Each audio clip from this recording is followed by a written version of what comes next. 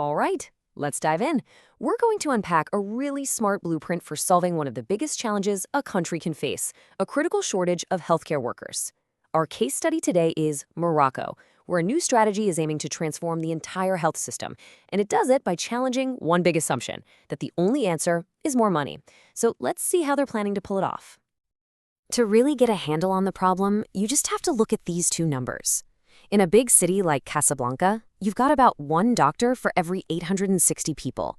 But if you head out to some of the more rural parts of the country, that number just explodes to one doctor for every 3,500 people.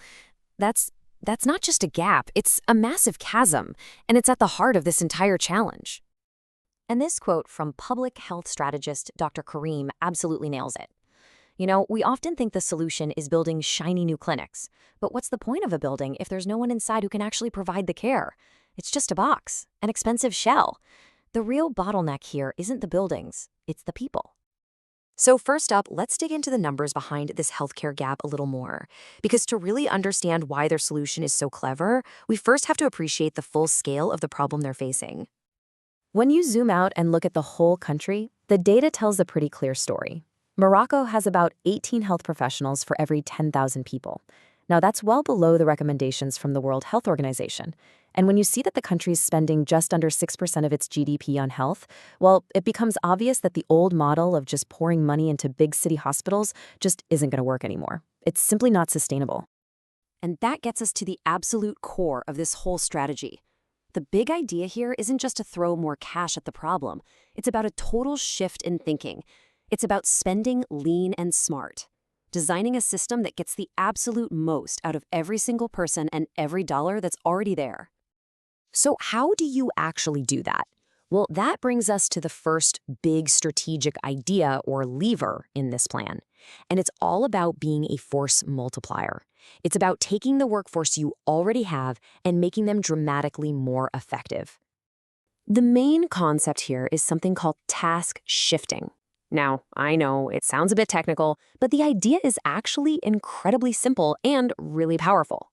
You just take some of the routine tasks that doctors usually do, and you shift them over to highly trained nurses and paramedics. This frees up the doctors to focus on the really complex cases, and the whole system just runs a lot more efficiently. And in the real world, it's a pretty straightforward three-step process.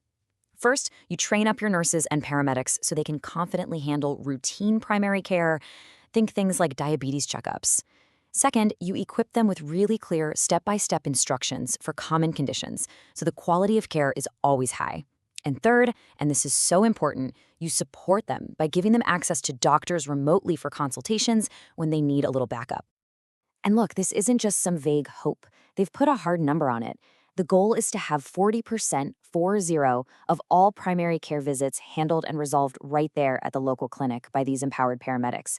And they want to hit that target within the first year. I mean, that is a really ambitious goal that would immediately unclog the entire system.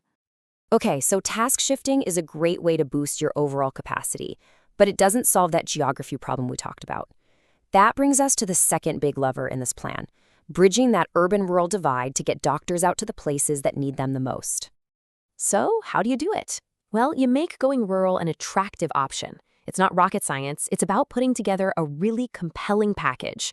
We're talking competitive salary bumps, provided housing, and real tangible opportunities to advance your career faster.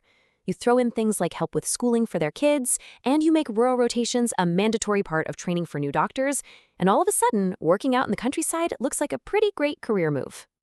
Okay, that's great for getting more family doctors out to rural areas.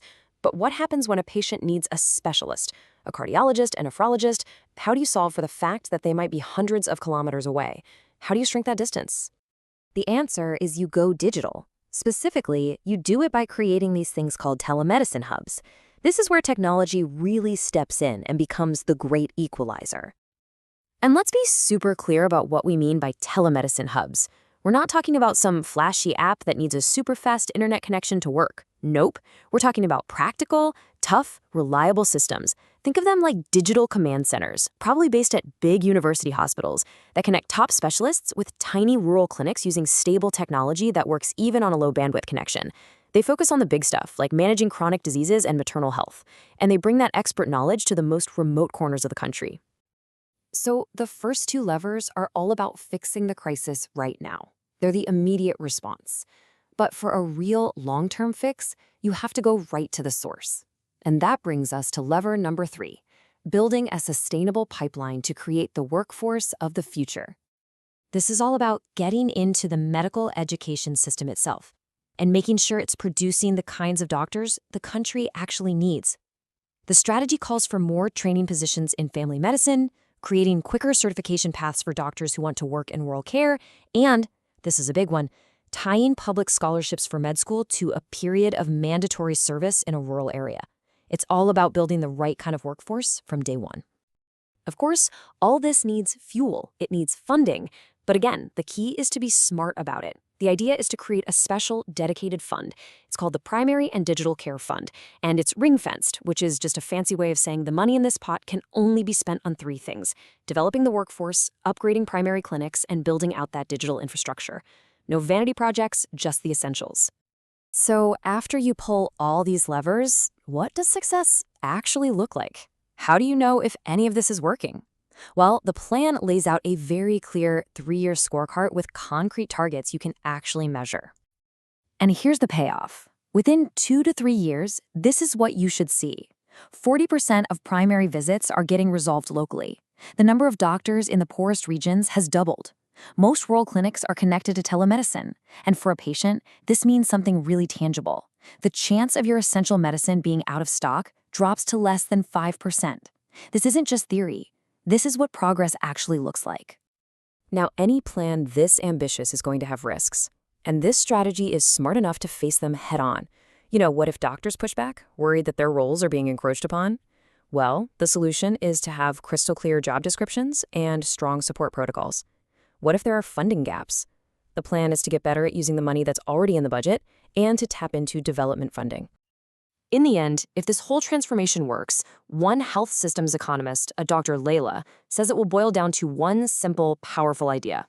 It'll be because the country finally started treating its healthcare workforce and its primary care system like infrastructure, just as essential as roads, bridges, and power grids.